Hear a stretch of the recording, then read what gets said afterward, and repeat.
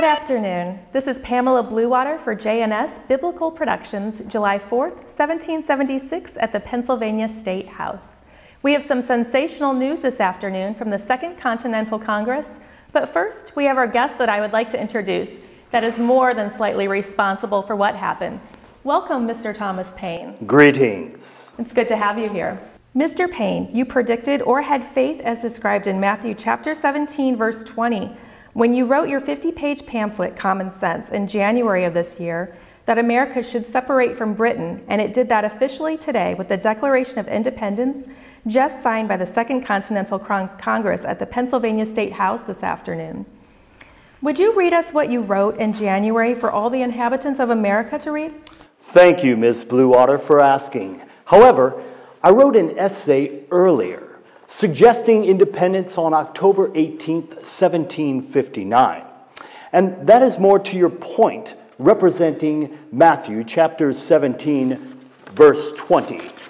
It's called A Serious Thought, and I'll read parts of it that apply. I hesitate not a moment to believe that the Almighty will finally separate America from Britain. Call it independency or what you will. If it is the cause of God and of humanity, it will go on. And when the Almighty shall have blessed us and made us people dependent only upon Him, then may our first gratitude be shown by an act of continental legislation. That was very strong language. Why did you change the name?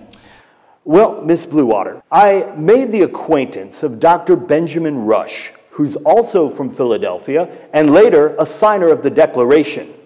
He suggested the name Common Sense, and he referred me to Robert Bell, a Scottish printer who was the only editor who would take a chance with such inflammatory writing. Did many Americans read Common Sense? Oh yes, I believe so, and by any standard.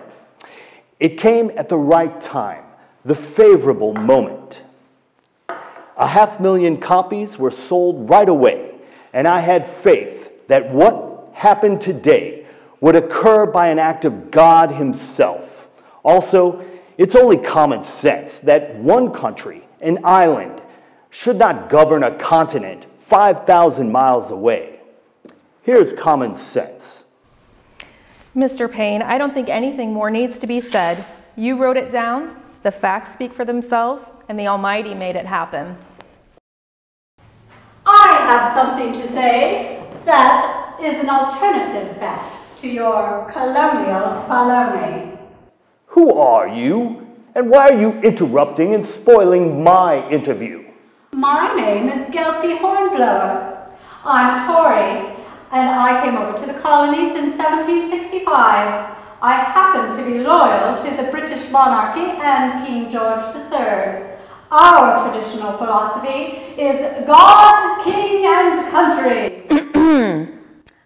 My name is Bertha Sedgway, and I am loyal to the colonists and JNS Biblical Productions. What does your king look like anyway? Oh, here is a portrait of His Majesty, King George III. Ugh, he looks like a dandy or a fop. And those leggings. He looks like he's wearing a skirt. Huh. You know, Miss Hornblower, if that is your real name, you remind me of something I wrote in Common Sense. It was about Tories like yourself who remain fettered by obstinate prejudice to the British Constitution and its king.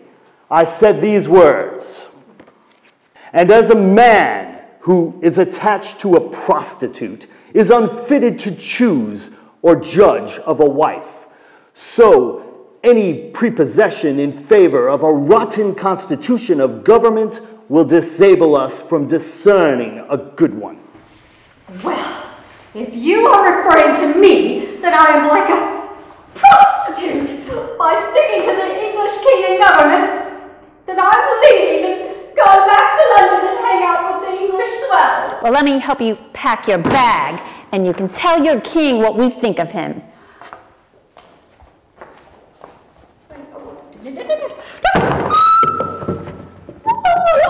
There! You're nothing but a twit and a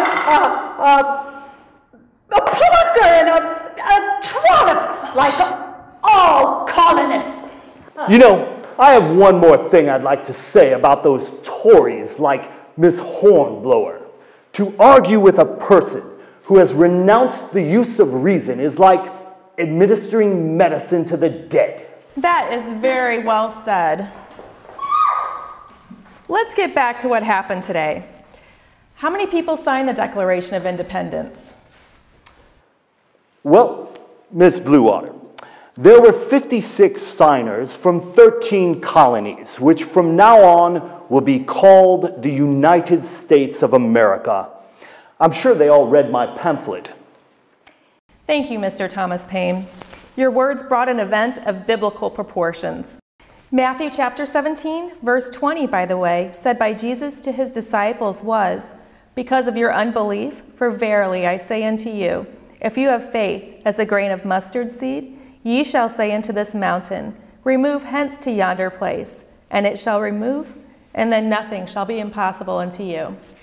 If you can see, I'm wearing a necklace that has a mustard seed in it, and it has that verse on the back. I carry it with me to remind me of this. This is Pamela Bluewater from J&S Biblical Productions, welcoming our listeners to a new era of freedom. What are your thoughts on today's story? We'd like to know. So, leave a comment and subscribe to our channel, J&S Authentic Biblical Productions.